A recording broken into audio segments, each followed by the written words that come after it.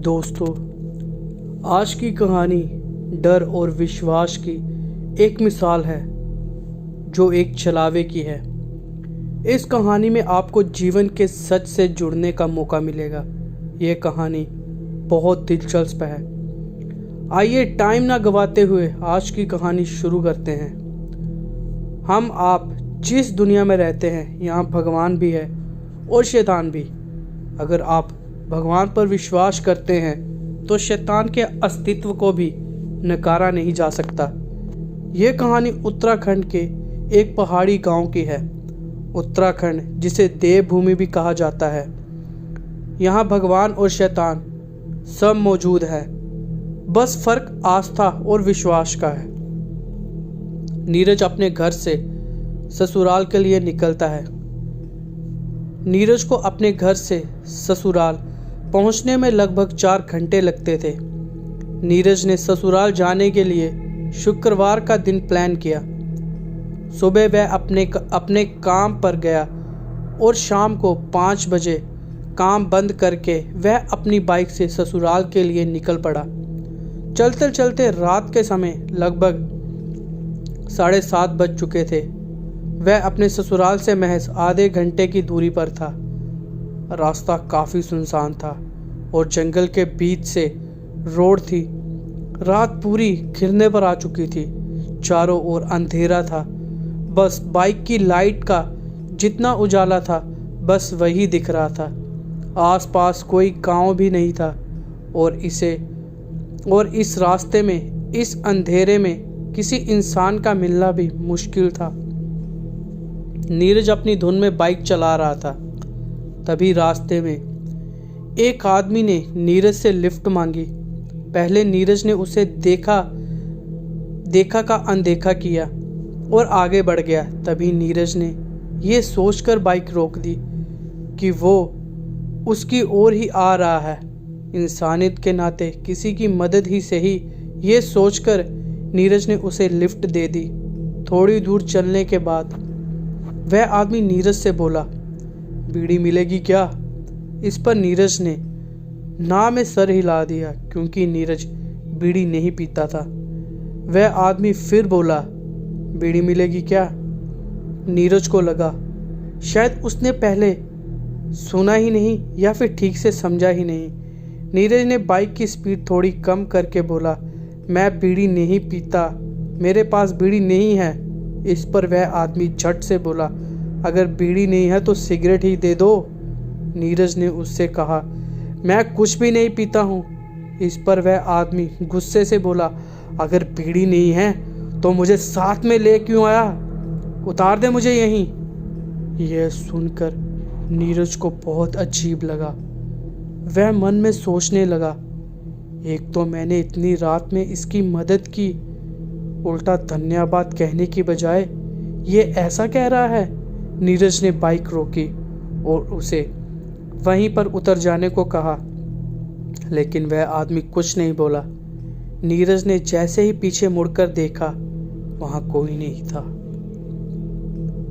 नीरज की समझ में नहीं आ रहा था कि वह आदमी जो उसकी बाइक में अब तक बैठा था वह अचानक से कहां चला गया। अब नीरज को थोड़ा डर लगने लगा और उसे डर का एहसास होने लगा। नीरज ने जल्दी से बाइक स्टार्ट की और वहां से चलता बना। थोड़ी दूर चलने के बाद जैसे ही नीरज एक मोड़ के पास पहुंचा, वो देखता है कि वही आदमी सामने खड़ा है। वह नीरज को हाथ का इशारा कर बीड़ी मांग रहा है। ऐसा नीरज के साथ जिंदगी में पहली बार हुआ था। नीरज ने उसे नज़रअंदाज कर बाइक की स्पीड बढ़ा ली। अभी नीरज कुछ समझ पाता, ना जाने कहां से वो आदमी चलती बाइक में नीरज के पीछे बैठ गया। नीरज को पता भी नहीं चला। अब डर के मारे नीरज के पूरे शरीर में कपकपी होने लगी, क्योंकि नीरज ने जो आज तक किस्से कहानियों में सुना था, आज वो सब कुछ उसके साथ घटित हो रहा था। वह आदमी नीरज से फिर से वही बोला, बीड़ी है क्या? अब नीरज को समझ नहीं आ रहा था कि वो क्या कहे। नीरज शांत था, मौन था और पूरी तरह डरा हुआ। उस आदमी ने फिर से वही सवाल किया। तभी रोड किनारे नीरज को हनुमान जी का मंदिर दिखा। वह बाइक को उस ओर लेके चल दिया। वह उस पर पहुंचकर उसने पूरे जोर से ब्रेक लगाया और जैसे ही वो पीछे मुड़ा वह आदमी फिर से गायब हो गया। नीरज कुछ देर मंदिर के पास रुका और फिर हनुमान चालीसा का जाप करता हुआ बाइक पर सवार होकर आगे की ओर बढ़ गया। नीरज पूरी तरह डरा हुआ था, लेकिन हनुमान चालीसा जाप करता हुआ वह अपने ससुराल पहुंच गया। वह वहां पहुंचकर उसने सारी बातें अपने ससुराल वालों से बताई। तब नीरज को इस रास्ते की सच्चाई का पता चला कि इस रास्ते में अक्सर रात में छलावा दिखता है, लेकिन हनुमान जी के मंदिर के बाद वहां कोई नहीं होता। पहले भी इस छलावे की वजह से यहाँ काफ़ी दुर्घटनाएं हो चुकी हैं। इस कारण यहाँ के लोगों ने वहाँ पर हनुमान जी का मंदिर बनवाया है। यह सुन नीरज की रूह कांप उठी। उस दिन से नीरज ने रात में कभी भी सफ़र नहीं किया। तो दोस्तों, ये थी हमारी आज की कहानी, एक छलावे की कहानी। उम्मीद करता हूँ ये कहानी आपको बेहद पसंद आई होगी, क्योंकि अगर मैं पर्सनली बात करूँ तो मुझे ये कहानी सच में बहुत अच्छी लगी। ज़्यादा कुछ डराना तो नहीं था, लेकिन जो इस कहानी में एक इंसिडेंट थे उस कहानी को सुनाने के बाद मेरे खुद के रोंगटे खड़े हो रहे थे। तो उम्मीद करता हूँ कि आपको भी ये कहानी पसंद आई होगी।